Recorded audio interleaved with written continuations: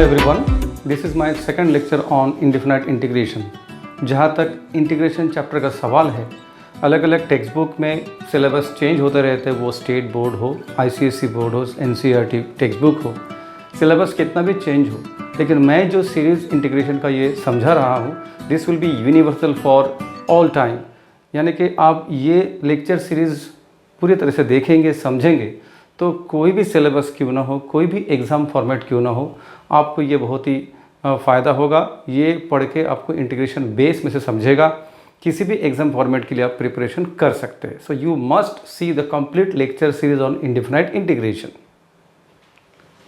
Integration के complete types को मैं अलग अलग टाइप में डिवाइड किया हूँ, A B C D E F G, ऐसे कैटेगरी बनाए मेरे हिसाब से। ये कैटेगरी आपके लिए कितना फ़ायदेमंद है आपको बाद में समझेगा, ठीक है। यानी कि मैं एक एक कैटेगरी के प्रॉब्लम को, एक्सरसाइज को, उस टाइप के प्रॉब्लम्स को अलग अलग रखा हूँ एक एक कैटेगरी में, जिससे आपको टाइप वाइज, मेथड वाइज समझने में बहुत ही आसानी होगी, वो आप फील करेंगे। ये इंडेफिनाइट इंटीग्रेशन के लेक्चर सीरीज़ ये सिर्फ 11th क्लास के लिए है या 12th क्लास के लिए, ऐसा कोई बाइफर्केशन नहीं है। ये 11th और 12th के सिलेबस को एक साथ कवर करेंगे। तो टेक्स्ट बुक के सीक्वेंस के हिसाब से, किसी भी बोर्ड के टेक्स्ट बुक के सीक्वेंस के हिसाब से चलने की ज़रूरत नहीं है। ये किसी भी सिलेबस में इंटीग्रेशन कहीं ना कहीं पर रहना ही है।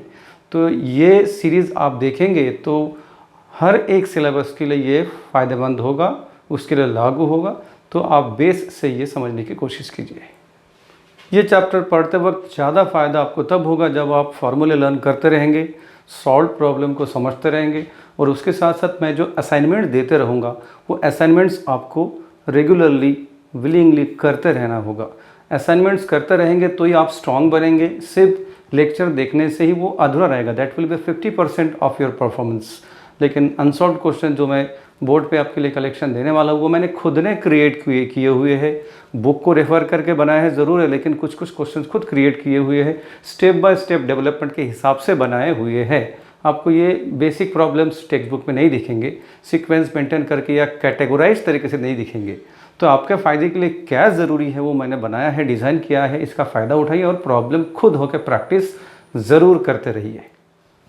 कुछ लोगों को ये भी डिफ़िकल्टी आ रही है, ये लैक ऑफ नॉलेज है थोड़ा सा, कि जब उनको कोई मेरा लेक्चर कोई शेयर करते हैं, उनको देखने से ये अच्छा लगता है, तो वो सिर्फ वही पार्ट तक सीमित रह जाती है। तो सिर्फ एक पार्ट लेक्चर देख के कुछ होने वाला नहीं है। आपको लगता है कि मैं बाकी सीरीज़ कहाँ देखूँ, उसके आगे का लेक्चर या बाद में का lecture, how can I go through that. तो उसके लिए मैं सिंपल तरीके से बता रहा हूँ। आपको मैथ्स एज यू लाइक ये चैनल सर्च करना है, यूट्यूब में यूट्यूब खोलना है, यूट्यूब के सर्च बार में आपको टाइप करना है maths as you like channel. ये सर्च करेंगे तो आपको वहाँ पर एक चैनल का लोगो दिखेगा, जिसमें कैपिटल MAYL ऐसा लोगो दिखेगा। वो लोगो पे आप क्लिक करेंगे तो इस चैनल में जितने वीडियोज़ हैं वो वीडियोज़ आप देख सकते हैं। वो सिर्फ एक चैप्टर या एक लेक्चर तक सीमित नहीं है। मैं एक एक चैप्टर में, एक एक टॉपिक में पूरी सीरीज़ बनाता हूँ।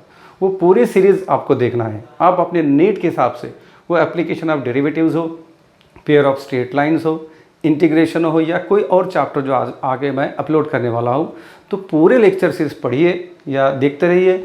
आप अगर किसी ट्यूशन्स में हैं, कोई कॉलेज में पढ़ रहे हैं, कोई बात नहीं है, वहाँ के टीचर्स भी अच्छे से समझा रहे हैं, आप समझने की कोशिश कीजिए। लेकिन एक्स्ट्रा रेफरेंस के लिए मेरा लेक्चर देखते रहेंगे तो आपको बहुत ज़्यादा फ़ायदा होगा। तो मेरे लास्ट लेक्चर में, यानी कि first lecture of indefinite integration lecture 1, उसमें मैंने बेसिक कंसेप्ट समझाया था, उसके बाद फार्मूले दिए थे और कुछ क्रिएट किए हुए बेसिक प्रॉब्लम्स कराए थे और प्रैक्टिस के लिए दिए थे। उसके बाद नेक्स्ट पायदान, ये समझ लीजिए एक मेडिसिनल डोज जैसा है कि ये डोज के बाद ये डोज लेना होगा, इसके बाद ये लेना होगा। ऐसा ही मैंने डिज़ाइन किया है इंटीग्रेशन का सिलेबस। तो आप एक पायदान वो कवर करने के लिए प्रीवियस लेक्चर 1 देख सकते हैं। उसके बाद इस लेक्चर में अब मैं आगे की जो सीढ़ी है वो तय करने के लिए शुरुआत कर रहा हूँ, इंटीग्रेशन ऑन अलजेब्रिक सिंप्लीफिकेशन, यानी कि टाइप A1 के प्रॉब्लम्स। तो विदाउट वेस्टिंग टाइम शुरुआत करते हैं। Integrals on algebraic simplification type A1। Question है इवेल्युएट द फॉलोइंग इंटीग्रल्स। तो टाइप A1 में जो प्रॉब्लम्स है वो किस पे बेस्ड होंगे, अलजेब्रिक सिंप्लीफिकेशन पे बेस्ड, जिसमें a + b whole square, a - b whole square, a + b whole cube, then division करना, मल्टीप्लाई करना, टर्म्स को एडजस्ट करना, न्यूमरेटर को डिनोमिनेटर जैसे एडजस्ट करना, ये सारे जो अलजेब्रिक मैथमेटिकल एक्टिविटीज़ है, इस पर बेस्ड ये कुछ एग्जांपल्स है। इससे आप इसमें ट्रेन होंगे कि इंटीग्रेशन को अलजेब्रिक तरीके से मैनिपुलेट कैसे करना, क्यों करना। तो चलिए शुरुआत करते हैं फर्स्ट प्रॉब्लम से। तो ये फर्स्ट प्रॉब्लम में आप x + 1/x होल स्क्वायर देख सकते हैं। तो मैंने प्रीवियस लेक्चर में समझाया था कि जो बेसिक स्टैंडर्ड जो फॉर्मूले है, ये गिवन प्रॉब्लम को हमेशा उस पेज के साथ, उस लिस्ट के साथ हम लिंक करते हैं। तो इसको आप कौन से लिस्ट के कौन से फॉर्मूले के साथ लिंक कर सकते हैं। दिखने में थोड़ा तो दिखता है कि this looks like something x⁴n और ax + b⁴n।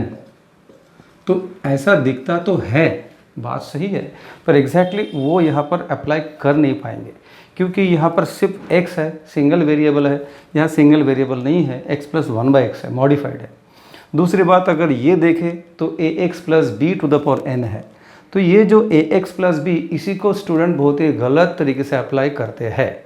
ये बहुत ही मैं इंटरनल बात डिटेल बता रहा हूँ कि ये फार्मूला अप्लाई करते वक्त ध्यान रखना होगा कि ब्रैकेट के अंदर एक लीनियर कंपोजिट फंक्शन होना चाहिए। लीनियर मतलब वहाँ पर x + 1/x नहीं चलेगा, x के पावर में मैक्सिमम 1 है ना, जो कि एक लाइन रिप्रेजेंट करते हैं, उसको लीनियर फंक्शन बोलते हैं। तो ये लीनियर कंपोजिट फंक्शन के पावर में अगर n है तो ही ये फार्मूला लग सकता है। अगर अंदर a sin x + b है नहीं लगेगा, और अगर अंदर ax² + b है नहीं लगेगा, a + b/x² है नहीं लगेगा।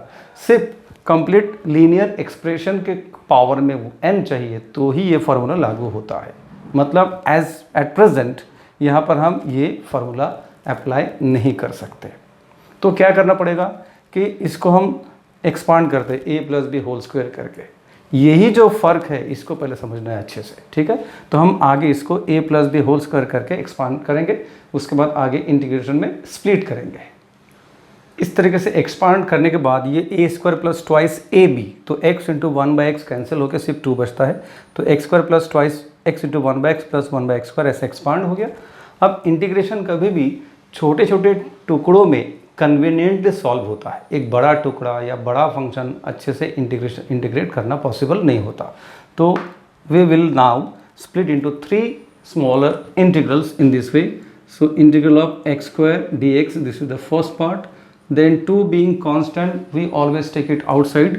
तो 2 तो अंदर क्या रहेगा, सिर्फ dx, इंटीग्रल dx प्लस। अब ये थर्ड पार्ट लिखने के लिए मैं इंटीग्रल 1/x² लिख सकता था, लेकिन 1/x² ये हमारे फार्मूले के लिस्ट में नहीं है, इसलिए हम उसको डायरेक्टली इंटीग्रेट नहीं कर पाते। तो क्या करना, तो 1/x² को उल्टा करके लिखना है x⁻², है ना। तो I will write this as x⁻² dx. So instead of 1/x², I have taken x⁻² dx. अब जो लिस्ट है आपके पास, वो लिस्ट में जो रिजल्ट है उसके साथ हर एक मैच होता है। ये x⁻n, ये इंटीग्रल dx, ये भी x⁻n.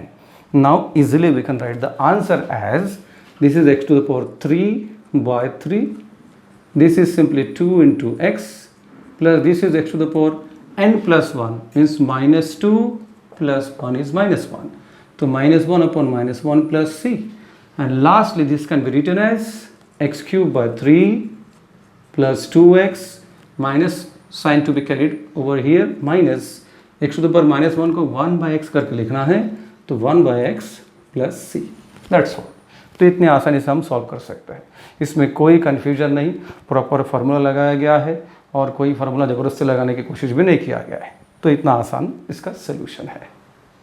सेकंड क्वेश्चन, मैं इसको सॉल्व नहीं करने वाला। मैं तो सॉल्व करना मेरे लिए कोई डिफ़िकल्ट बात है नहीं, आपको समझाना है। तो आप इसको क्या देखते हैं, मल्टीप्लाइड है, कॉम्प्लिकेटेड दिखता है, तो डायरेक्टली अटैम्प्ट आप कर भी नहीं सकेंगे।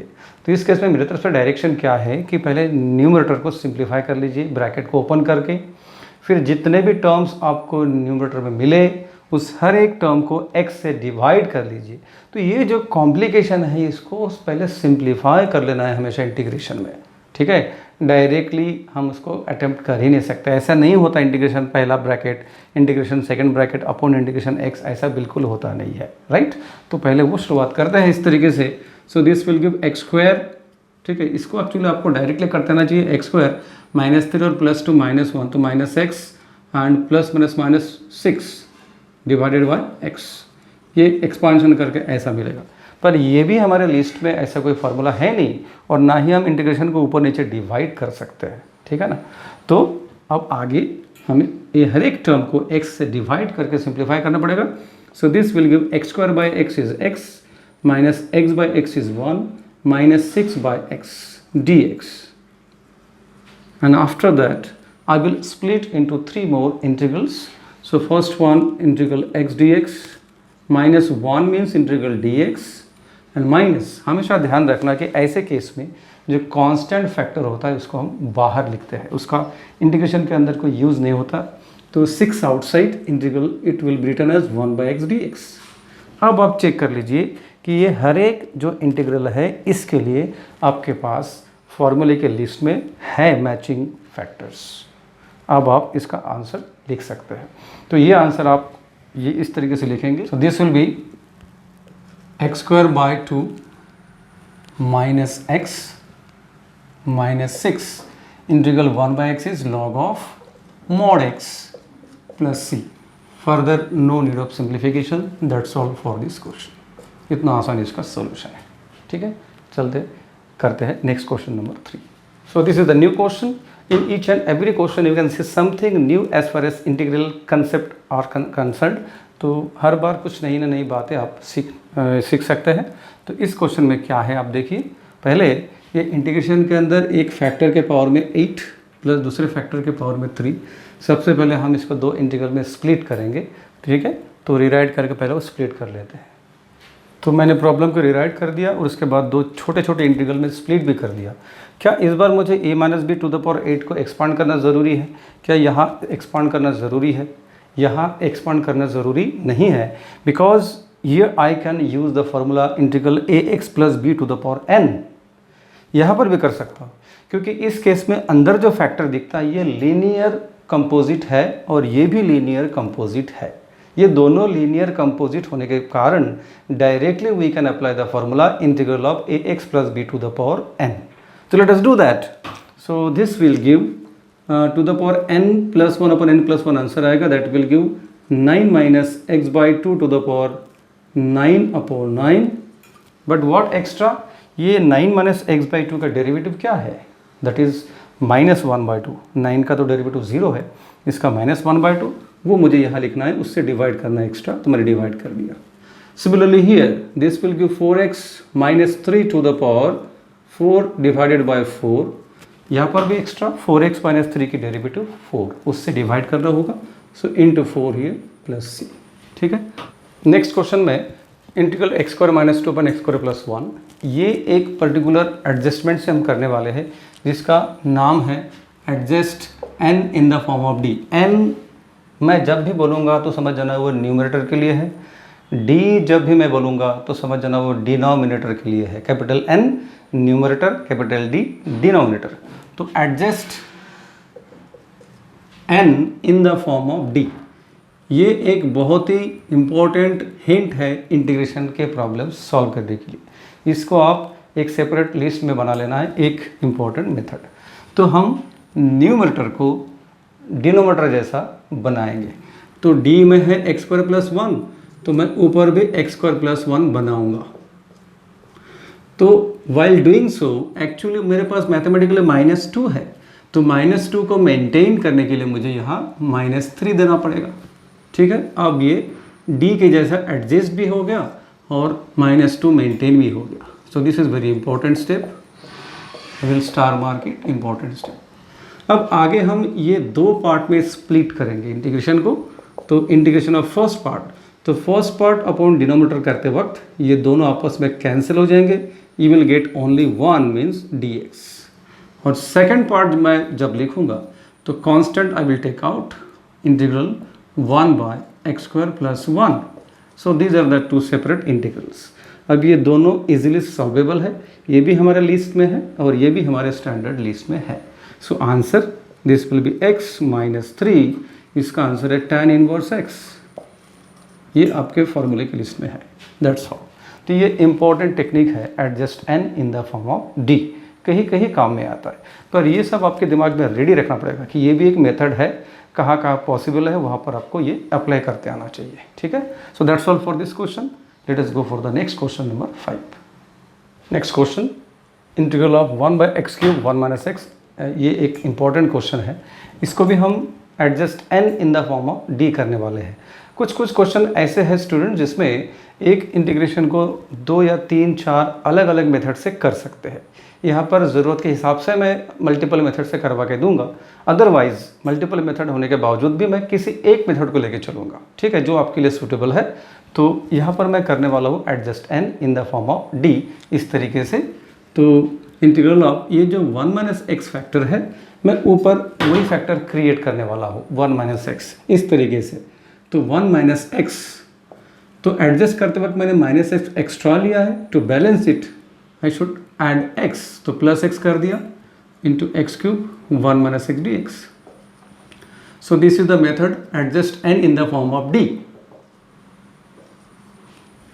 ये मेथड दिमाग में रखना बहुत ज़रूरी है। तो ये एडजस्ट करने के बाद फिर ये जो 2 पार्ट बने हैं न्यूमरेटर के, तो you have to divide each part by the denominator, और 2 अलग अलग इंटीग्रल क्रिएट करना है इस तरीके से। तो फर्स्ट पार्ट जब करेंगे तो first part upon d, these 2 parts get cancelled, you will gate 1/x³ dx plus, अब ये पार्ट अपॉन d जब करेंगे तो x³ और x कैंसिल होकर यहाँ रहेगा x², तो integral 1/x² into 1 - x dx। ठीक है, इस तरीके से 2 इंटीग्रल्स क्रिएट होते हैं। इसमें से ये इंटीग्रल हम कैसे सॉल्व करने वाले हैं, x³ को ऊपर उठा के, क्योंकि हमारे पास 1/x³ के लिए डायरेक्ट फार्मूला नहीं है। इसको ऊपर उठाएंगे, that will be x⁻³ dx। ये सॉल्व हो जाएगा, लेकिन इसके लिए भी दोबारा हमें सोचना पड़ेगा। वो क्या है आगे देखते हैं। अब इसके आगे फिर से एक कॉम्प्लिकेटेड सिचुएशन दिखता है, इसको भी डील करने के लिए हम फिर से वही कर सकते हैं, adjust n in the form of d।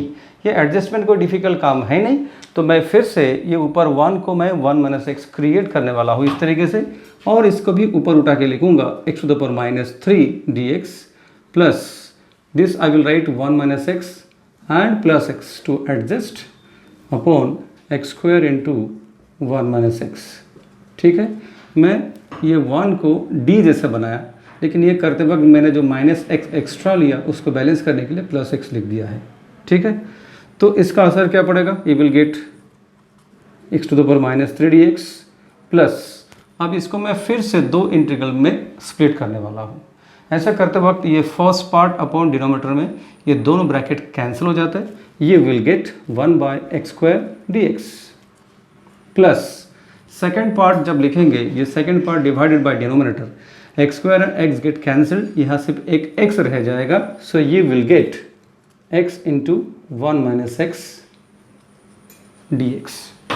Students, ये सब सिचुएशन को डील करने के लिए आगे चल के जब इंटीग्रेशन चैप्टर पूरा पढ़ लेंगे तो वहाँ के लिए कुछ और मेथड है, लेकिन उस मेथड तक हम अभी भी पहुँचने वाले हैं। इस कारण से इस सिचुएशन तक आपके पास जो नॉलेज है उसके आधार पर आपको सोल्यूशन बता रहे हैं। ठीक है, तो वो है adjust n in the form of d। तो इस तरीके से आगे हम और करते जाएंगे। छोटे छोटे इंटीग्रल बनते जा रहे हैं, लंबा बनते जा रहा है, बनता है ऐसे बनेगा, लेकिन इंटीग्रेट करना ये डिफ़िकल्ट नहीं है। तो मैं लास्ट टर्म को देख के फिर से एक बार वही करने वाला हूँ, adjust n in the form of d। तो ऊपर जो 1 है यहाँ पर, ये 1 को मैं एडजस्ट करके 1 - x बनाया, तो 1 - x और एडजस्ट करने के लिए +x। ठीक है, इन द मीन टाइम मैं 1/x² को ऊपर उठा कर लिखा ऐसा। After that this is x⁻³ dx plus integral x⁻² dx plus again split into 2 integrals. While doing so ये दोनों टर्म्स कैंसिल हो जाते हैं, तो फर्स्ट इंटीग्रल में 1/x dx रह जाएगा, plus while writing the second integral x and x get cancelled, you will get integral 1/1 - x dx। That's all। इसके आगे आपको और कोई एडजस्टमेंट करने की ज़रूरत नहीं है, because all the smaller integrals are well in the standard form. List के मुताबिक सब रेडी है, अब हम डायरेक्टली इंटीग्रेट करते हैं। So that gives x⁻³ + 1 -2 upon -2 plus x⁻² + 1 -1 divided by -1। ये स्टैंडर्ड है log of mod x plus ये भी log of mod of 1 - x plus c, लेकिन 1 - x की डेरिवेटिव है -1, उससे हमें डिवाइड करना है, तो this is that -1। Now rewriting for one more step, so this will give -1 by ये 2x²। इसको नीचे करके ऐसे लिख सकते हैं, ये माइनस इसको नीचे करके लिख सकते हैं 1/x। So here no need of modifying, this is as it is, minus n I can transfer over here, giving log of mod of 1 - x plus c, that's all। ये बहुत ही इंपॉर्टेंट क्वेश्चन है, मैंने एक आसान method से करके दिया। थोड़े से स्टेप्स ज़्यादा दिखते हैं लेकिन मेथड बहुत ही नेचुरल है, बहुत ही आसान है। इसको इसके हिसाब से आप समझोगे तो ज़्यादा आसान है, कोई टेंशन नहीं है, ठीक है। तो चलते हैं इसके बाद नेक्स्ट क्वेश्चन में। This is going to the last question of type A1। Algebraic simplification में मैंने 2 या 3 पार्ट बनाया है, उसमें से पहला पार्ट A1 में से लास्ट क्वेश्चन टोटली डिफरेंट है दिखने में और इंटरेस्टिंग है भी। तो इसमें से हम सबसे पहले इसको सिंप्लीफाई करने के लिए n और d में से एक टर्म कॉमन लेंगे और उसको कैंसिल करेंगे। What is that term? तो हम यहाँ पर मिनिमम x⁻11 कॉमन ले सकते हैं, है ना। मिनिमम जो पावर फैक्टर दिख रहा है वो x⁻11, तो दोनों में से कॉमन लेके इस तरीके से सिंप्लीफाई करेंगे सबसे पहले। So this is how I have taken x⁻11 common from the n and d and then cancelled। Cancel होने के बाद ये 2 फैक्टर्स ही बचते हैं। उसके आगे हमें ये भी पता चलता है कि we can take x³ common from the d only. तो d में से मैंने x³ कॉमन लिया, तो ब्रैकेट के अंदर है 1 + x। अब आगे ये n और d को ध्यान से देखने से समझ में आएगा कि ये जो 1 + x है ऐसे मैं ऊपर एडजस्ट कर सकता हूँ, ठीक है। तो नेक्स्ट स्टेप में मैं न्यूमरेटर के 2 पार्ट ऐसे बनाता हूँ और स्प्लिट करता हूँ, ये first part upon d plus second part upon d, और आगे लिखता हूँ मैं इस तरीके से। तो इस तरीके से मैं स्प्लिट करूँगा फर्स्ट पार्ट अपॉन d। ये करते वक्त ये 1 + x और 1 + x कैंसिल हो गया, we get 1/x³। Second part upon d करते वक्त x² और x³ आपस में कैंसिल होते हैं, सिर्फ d में बचता है x into 1 + x, so we get 1/x 1 + x। तो ये वो 2 पार्ट है सबसे पहले। Then we will split into 2 more integrals. Integral अब ये तो हम डायरेक्टली करते नहीं है, है ना। तो इस केस में हमेशा हम ये पावर को ऊपर उठाते हैं, तो x⁻³ dx फर्स्ट इंटीग्रल, ये part as it is. Now recall students, ये ऐसे सिचुएशन को प्रीवियस क्वेश्चन में हमने कैसे डील किया था? Adjust n in the form of d, मतलब अब मैं 1 को 1 + x क्रिएट करूंगा, ठीक है। तो इसको आगे ऐसे करेंगे, integral x⁻³ dx as it is plus integral 1 + x, लेकिन ये मैंने +x एक्स्ट्रा लिया करके यहाँ पर -x divided by x into 1 + x dx। So this is again adjustment of n in the form of d। आप देख सकते हैं कि बहुत अलग अलग सिचुएशन में adjust n in the form of d ये काम में आ रहा है। तो ये एक बहुत बड़ा वेपन है इंटीग्रेशन को डील करने के लिए। तो आगे बढ़ते हैं, ये फिर से 2 पार्ट बने। So this gives integral x⁻³ dx plus ये फर्स्ट पार्ट करते वक्त ये दोनों कैंसिल होंगे, तो रहेगा सिर्फ 1/x dx minus second part करते वक्त x and x get cancelled, we get only 1/1 + x dx। अब ये सारे स्टैंडर्ड इंटीग्रल है हमारे पास, इन सब के लिए लिस्ट में फॉर्मूली है, तो we can write the answers directly. x⁻n के लिए n+1/n+1 मीन्स x⁻²/2 प्लस इसका answer log of mod x minus इसके लिए log of mod of 1 + x plus c। यहाँ कुछ भी डिवाइड करने की ज़रूरत नहीं है बिकॉज 1 + x की डेरिवेटिव 1 होता है। And then after that this I can write -1/2, इसको मैं नीचे करके लिखूंगा x² plus I will rewrite all other terms as it is, log of mod x minus log of mod of 1 + x plus c। After that ये दोनों log के terms को मर्ज किया जा सकता है, वैसे यही आंसर है, पर ऐसा भी आप लिख सकते हैं -1/2x² and then plus log a minus log b is log of a divided by b। सो a की log के अंदर mod of x/1 + x plus c, ऐसा सिंप्लीफाइड आंसर भी आप लिख सकते हैं। That's all. इसके साथ ये टाइप A1 के प्रॉब्लम सीरीज मैं ख़त्म करता हूँ। ये टाइप A1 ख़त्म होने के बाद फिर आपका काम पड़ता है। आप ये सीरीज़ अच्छे से देख लीजिएगा। ये जितने प्रॉब्लम मैंने सॉल्व करके दिया, सारे प्रॉब्लम अच्छे से समझ लेने के बाद आपको अब मैं जो असाइनमेंट देने वाला हूँ इसी टाइप A1 पे बेस्ड, वो आपको बहुत ही अच्छे से रिलीजियसली सीरियसली प्रैक्टिस करना है, तो ही आप धीरे धीरे स्ट्रांग बनेंगे। So this was the second step of the chapter integration. इसके बाद और टाइप A2 A3 है, ठीक है। इन माय नेक्स्ट लेक्चर में वो दोनों को मर्ज करके एक लेक्चर बनाऊंगा। तो टाइप A1 के लिए आपके लिए assignments. So this is the set of questions for you students, assignments from type A। तो फर्स्ट से लेकर 9th क्वेश्चन तक मैंने टाइप A1 में जितने प्रॉब्लम्स कराए उसके जैसे ही प्रॉब्लम्स आपके लिए मैंने एग्जाम्पल में दिए हैं। कुछ जो चेंज दिया है मैंने 4th और 9th क्वेश्चन, उसमें मैंने हिंट दिया है कि आपको वो क्वेश्चन पहले रैशनलाइज करके सिंप्लीफाई करना है। रैशनलाइज करना बहुत ही आसान होता है, वो करने के बाद सिंप्लीफाई करना है, फिर 2 इंटीग्रल में स्प्लिट करके वो सॉल्व करना है। तो स्टूडेंट्स ये बहुत ही बढ़िया तरीके से आप प्रिपेयर कीजिए, प्रैक्टिस पे ज़्यादा जोर दीजिए, ज़्यादा सिटिंग बढ़ाइए, मैथ्स को लेकर ज़्यादा से ज़्यादा समय देना है आपको। प्रैक्टिस करोगे तो आप कितना भी आगे जा सकते हैं। आपके सामने कितना भी डिफ़िकल्ट चैप्टर क्यों ना हो, प्रिपेयर करते रहेंगे, प्रैक्टिस करते रहेंगे तो कुछ भी डिफ़िकल्ट नहीं लगेगा।